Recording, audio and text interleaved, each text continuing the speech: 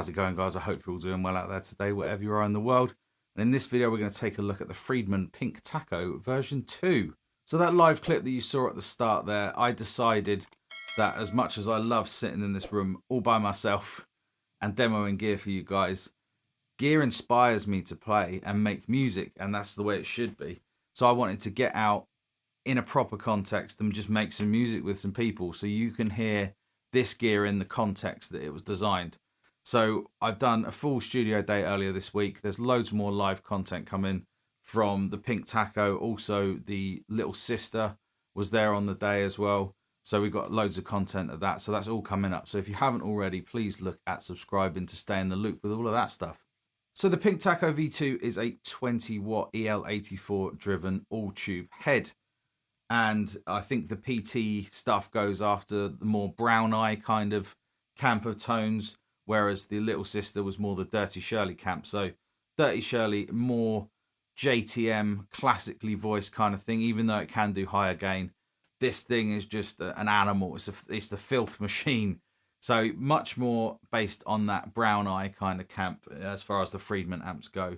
And I would say they also react very differently. Now I've spent a bit of time with them, the little sister is more immediate. It's got a bit more sort of bark to it. This is a more modern voicing, a little bit more compressed. Both fantastic amps, but it depends on your flavor and how you like an amp to react. Control wise, it's pretty similar to the little sister in that you've got a gain, master, treble, middle and bass control. You've also got the three-way structure switch. So in the middle is the lowest gain, down is more gain, and up is the highest amount of gain. At the front here, you've got a fat switch. So down is off and up is on. On adds just a nice fullness to the sound. I don't know exactly where it comes in the signal path, but it really fattens up sort of single coil type tones, or gives you a more sort of compressed drive sound if you're running at higher gains. And then the saturation switch, down is off, up is on, and up the saturation just gives you more compression, more sag. Today I'm playing my Charvel Guthrie Govan Sig, and for a cab we're using the 2 Notes Captor, modelling a cab very similar to this. Due to the volume constraints in my home studio, I can't mic up a real cab at any kind of volume, so that's why we did the live session as well. So like I said, subscribe and check back for all of that fun stuff.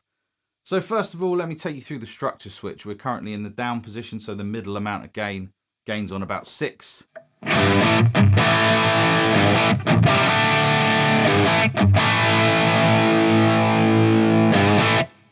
Then the middle position, the least amount of gain.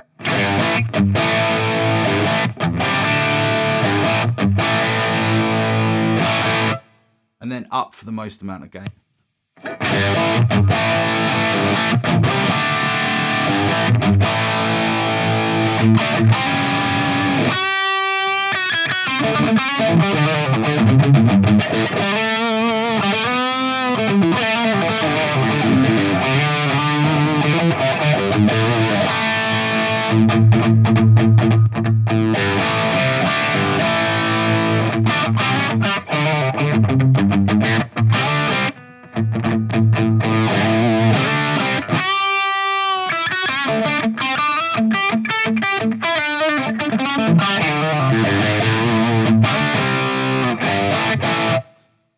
So a nice variety of gain levels, and also it does sort of change the feel under the fingers as well.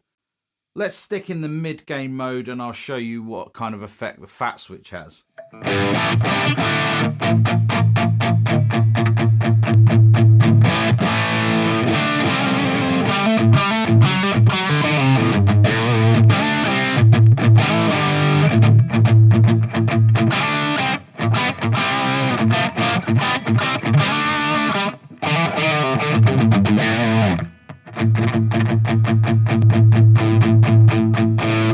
So really rounds out that bottom end, great for single coil type stuff.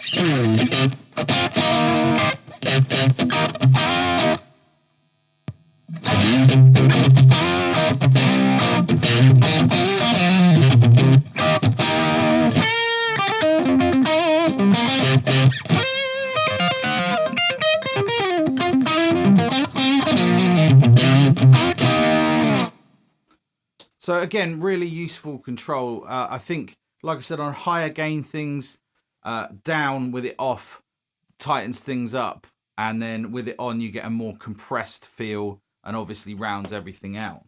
So the last switch on board is this saturation switch, and it gives you a load more compression. This is definitely heard, but certainly felt under the fingers. Everything feels a bit more squishy and fluid. So I'll show you what that sounds like. When you engage it, you will notice a bit of a volume drop, but that's totally normal.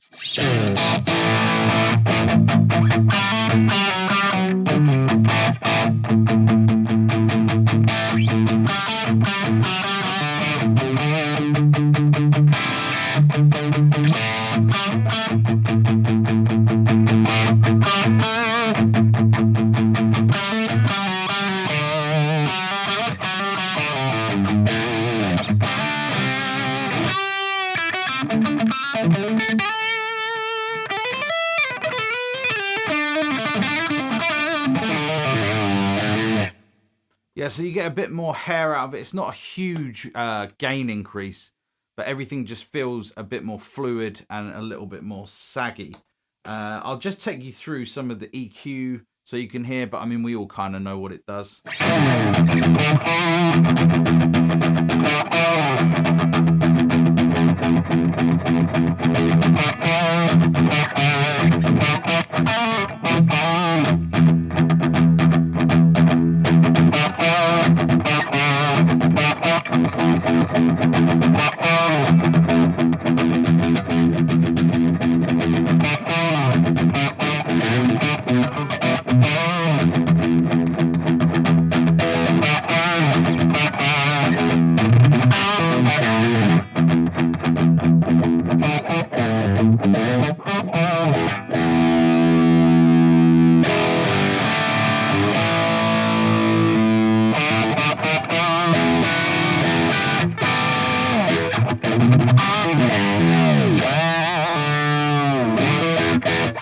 To give you an idea of the kind of gain this amp has on tap, I've put it in the highest gain position on the structure switch.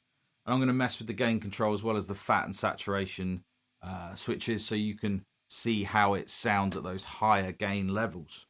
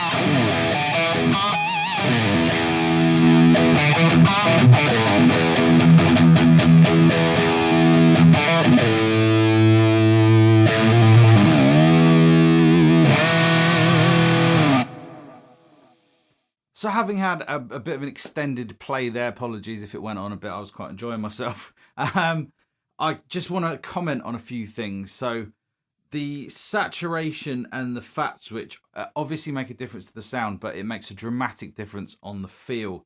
The saturation switch, when it's on, you sort of appear to lose a bit of that mid punch, but the trade-off is that more fluid thing under the fingers, and you get a little bit more kind of sizzle on top, at least to my ears.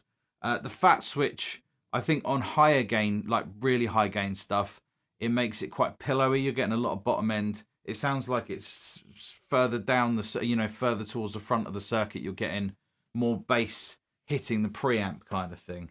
Again, to my ears, that might not be factual. So the two of them work well together. It depends on how you like to, one, hear the amp, but also feel it. I think between those controls, and also the structure switch, like I said, seems to alter the tonality a little bit as well. It's actually quite a versatile amp when it comes to the gainier sounds. So the fat switch is handy all round for the amp, but I find that in lower gain settings, it's really essential. So I've got a sort of lower gain kind of thing set up with quite a spanky single coil sound.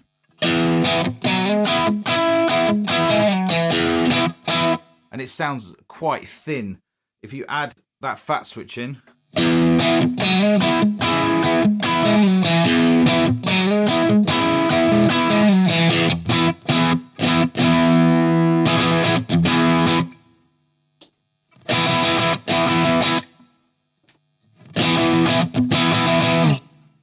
so it's really nice that they've added that on a switch, because for higher gain things with it off, everything gets way tighter. But for lower gain things, you probably want that to fill out the sound a little bit. So there'll be parallels drawn between this and the Little Sister, quite obviously. So what I've done is dialed in a lower gain kind of crunch that would be comparable to the Little Sister. So if you're looking at both of them, you can go back and check my other video, kind of get a feel for which one might work for you. So fat switch is engaged, structures in the middle gain setting, saturation's off. I'm actually going to push the mids a little bit to get a bit more bark out of it. But it sounds like this.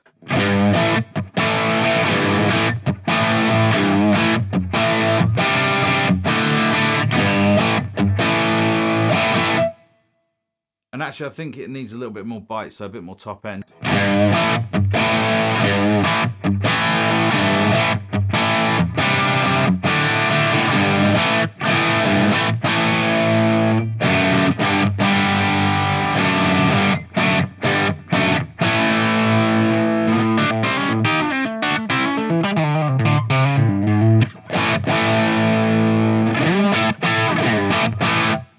So I don't think you'd buy an amp like this to play clean, but I've dialed in a sort of clean edge of breakup kind of tone so you can hear what that would sound like if you did want it.